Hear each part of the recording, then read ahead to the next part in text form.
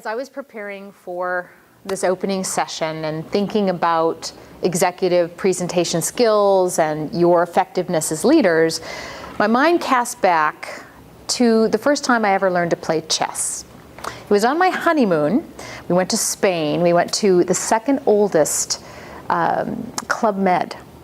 And I could tell it was the second oldest because I don't think they actually replaced the furniture since they opened. But be that as may, the ocean was gorgeous. The entertainment was fantastic. It was the perfect setting to kick off a lifetime partnership. And so every evening after they did their big Hollywood production, their show, Byron and I would go right near the surf where they had these tables set up, and they had chessboards. Now, I had never played chess before, so this was my first tutorial as the missus. So Byron started to teach me about chess. And of course, it's a game of strategy. It's a fascinating game that you could master over your lifetime. And it was a little confusing at first because there were so many different pieces and each piece could move a different way. And I got a little frustrated, I will tell you, with the king. Because the king, he's like the king, right? And you can't play the game if you don't have the king in play, and checkmate means the king's at rest, game over. But I started to notice what the other players could do, and I was fascinated with the queen, because she could shoot across the entire board in a single move. She can go diagonal, forward, backward. She might not be able to do that up to over one thing, but she's an incredibly useful tool. And in that she was so powerful, I actually became afraid to use her. Because if you lose your queen, you're really in jeopardy, right? So I found myself using the pawns, and then I'd experiment with the knights and the rooks, and I lost a lot of those first games. Hopefully I was a good sport. But as I think about what we're about to do in terms of developing your presentation skills, I think that this story is relevant because what we are doing is we're learning how to use the queen. Your content, your message, your subject matter expertise is your king. Without it, you can't play this game. And this game is the game of business, right? So I assume, and I know you were chosen, your organization chose you for this day because you've got the king in play. You've got the knowledge, you've got the message, you've got the content. What we're going to do over the next 2 days in this Motivated Presenter course is to learn how to use your queen more strategically. That is your delivery. How you use your voice, what you do with your body. Are you bold enough to move in? Do you hide in the corner? What creative things do you bring to the table? How do you take your king, your message, and translate it in a fun and receptive way so your audience gets it? And they're not only informed, but they're inspired, they're motivated, and they're activated. They will act on your recommendations. They will act on your message.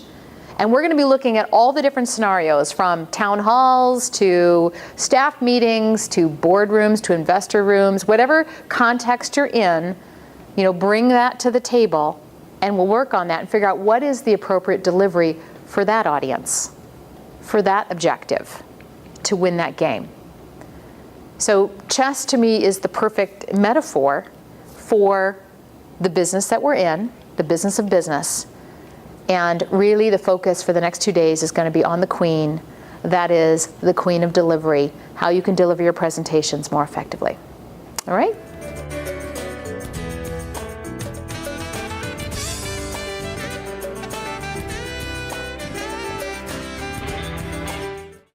Is the power player on the board, and that she allows not only to protect the king, but to really play a key role in winning the game, winning over the audience. So we use the queen as a metaphor for delivery, for voice, for body, for story, for metaphor, for engagement, for visual, leveraging that visual 55%, all those things, and working on that so that you can use your queen regardless of the presentation.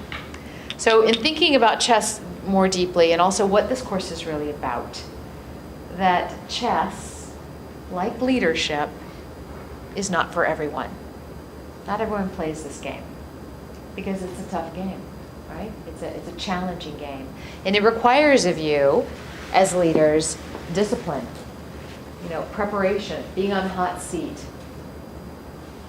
thinking 3 moves ahead, anticipating what your opponent is going to do, not only your competition, but your peers. The questions are going to be fired at you. It requires, calm and composure, because you start panicking at chess or leadership and it's kind of game over. But I think above all, chess and leadership require a love for the game. Because you don't love it, you're not going to play it. You're not going to stick around. You're not going to see it through. And I think that's why not everybody plays chess and why not everybody steps up to the leadership plate. So you were all chosen by Webster to be here because they see your leadership potential. They have chosen you, and you have chosen you. You showed up. All right? So presentation skills, how can that further showcase your leadership potential? It's not going to make you any smarter at what you do. It's not going to help you run your business unit, really, the operations of it. That's the king, that's the stuff.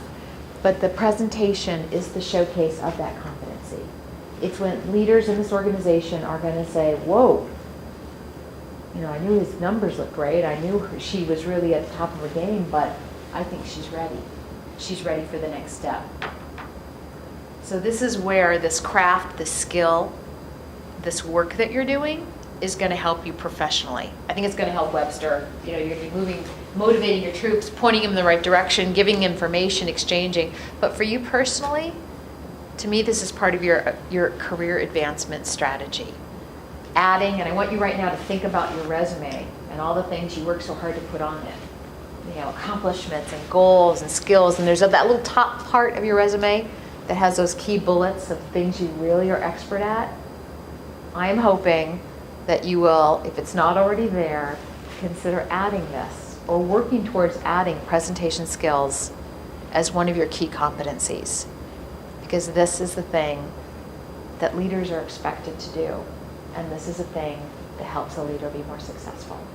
So I want to thank you for playing the game so well, for playing it fully, for risking, putting your queen at risk, putting yourself at risk in this 2 days worth of, at times, uncomfortable little pushes, right, from the marketing motivator. But I'm hoping you enjoyed it. I certainly enjoyed it. And I wish you great personal and also professional fulfillment and success and fun in the game.